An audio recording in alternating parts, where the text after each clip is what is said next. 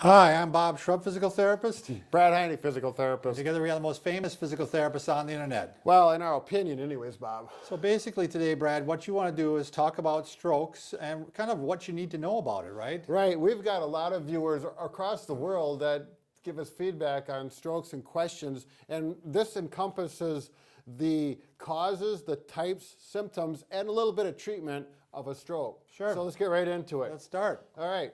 So the causes, or we could call them risk factors, and there's a number of them. I've just got three of the big ones. Number one, blood pressure. If you've got high blood pressure, your risk for having a stroke is quite a bit higher. You want to get it under control. Right. And then heart disease. You know, do your arteries have a lot of plaque in them, and where you can cause that stroke, and I'll get into why that plaque and the artery getting plugged up can cause a stroke. And then smoking, that's a big one as well. Right, and I think most people know that it's a risk factor for a lot of things. Right. It's certainly a risk factor for stroke. And naturally, diet and exercise. A good diet, proper exercise, amount of exercise also helps you out.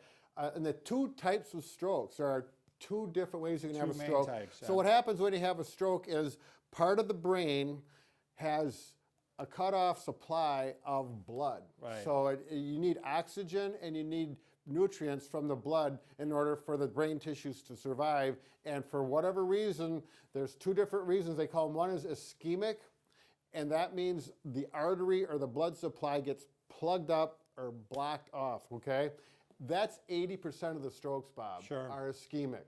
And that's real important because how you treat that, and I'll get into that a little later, is treated so that that blood supply can open up and free up quicker. Okay, the second one was hemorrhagic, and that's where the artery or the vessel opens up and busts open. Right, and busts open. then you have blood going into the cavity of the brain that's not supposed to be there. Which is the worst of the two because basically they have no acute treatment for it. Right, right. So I guess you say likely there's only 20% of them are hemorrhagic. Right. Okay.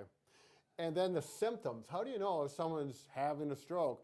It's typically a sudden onset, and one thing you'll notice is the face drooping. One side of the face, well, you'll see it drooping, maybe the mouth will be coming down. So we do have that acronym, right? FAST? Yep. Right. FAS. So FAST. the F is the facial droop, and basically, yeah, you can see it right away. I mean, it's pretty, even the layperson could see it. Right. And quite often it persists afterwards even. We'll Sure. see people. Right.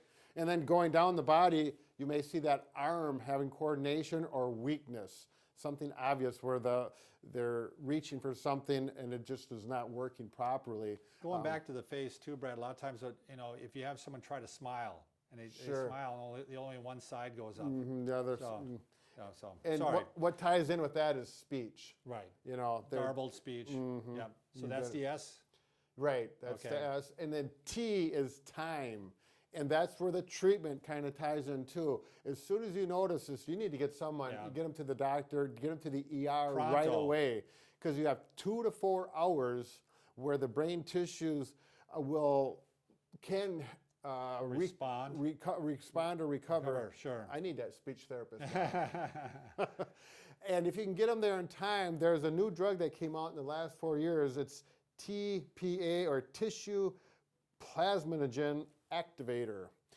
Doesn't really matter how you pronounce it, what it is, but you get them there and they'll get that in the system, and that's going to help clear up that artery, get the blood flow going back into those tissues and that brain tissue so it does not. It makes a tremendous difference. Right. I've had patients who've had the TPA and they've had actually very little consequences of the stroke. And then of course I've had people that didn't have it, and maybe they were hemorrhagic stroke. Sure. But they were, you know, they were just bombed by a stroke. I mean, it was just a terrible stroke because of it. So this is a very important message to, you know, those out there who, you know, if you see these symptoms, the fast symptoms, you want to move quick. You better believe it.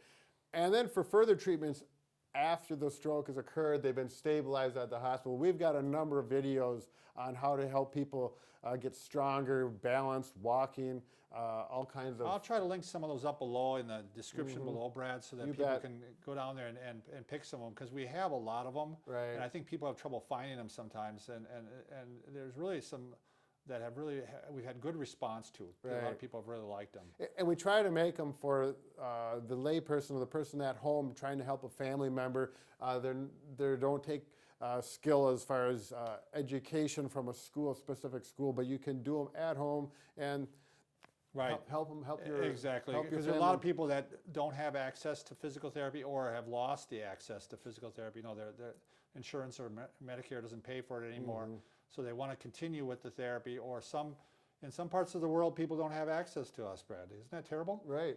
So- right. So very good. All right, if you haven't already, make sure you subscribe. We're going to give you lots of videos on how to stay healthy, fit, pain-free, and Brad is going to show you how to stay strong like what, Brad? Strong like bull. All right, very good.